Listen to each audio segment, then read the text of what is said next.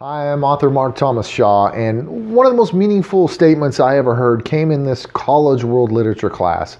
And the professor said simply, "We're lost. We're trying to get home." This is the central theme in all great world literature.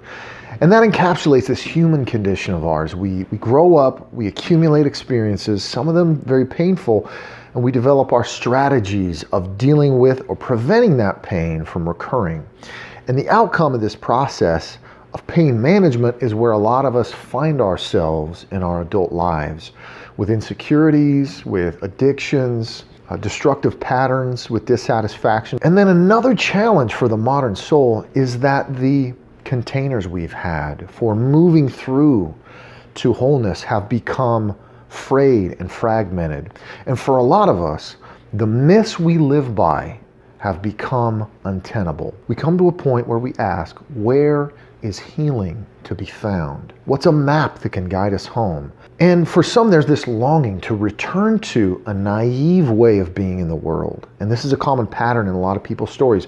They have a simple map, a simple worldview, and then something happens that calls that simple way of being into question. And we move from order and simplicity into criticism and questioning. And it's part of our maturation process. Some of us want to run back to simple answers, but others of us know we need to find new paths. But maybe life gets in the way, and maybe dealing with these questions at all feels like a luxury. We have jobs, families, the business of daily life. And maybe it takes something drastic to bring us back to these fundamental questions. And I keep coming back to a friend's statement of mine in seminary: I know too much. And in a sense, we all know too much because we try to solve these questions on a rational level. But we know something else is needed to move us through toward true wholeness. And so in my work and writing, I want to help people move toward wholeness in two key interconnected ways. And the first way is to provide a language and framework that serves as a revised map, so we know where to go. We have a point of orientation. And then the second is to provide practical steps to help move along this journey toward wholeness. And one passion project of mine over the years had been the Divine Comedy by Dante Alighieri. And I'd also studied deeply of the world mystics. And I had this flash of insight.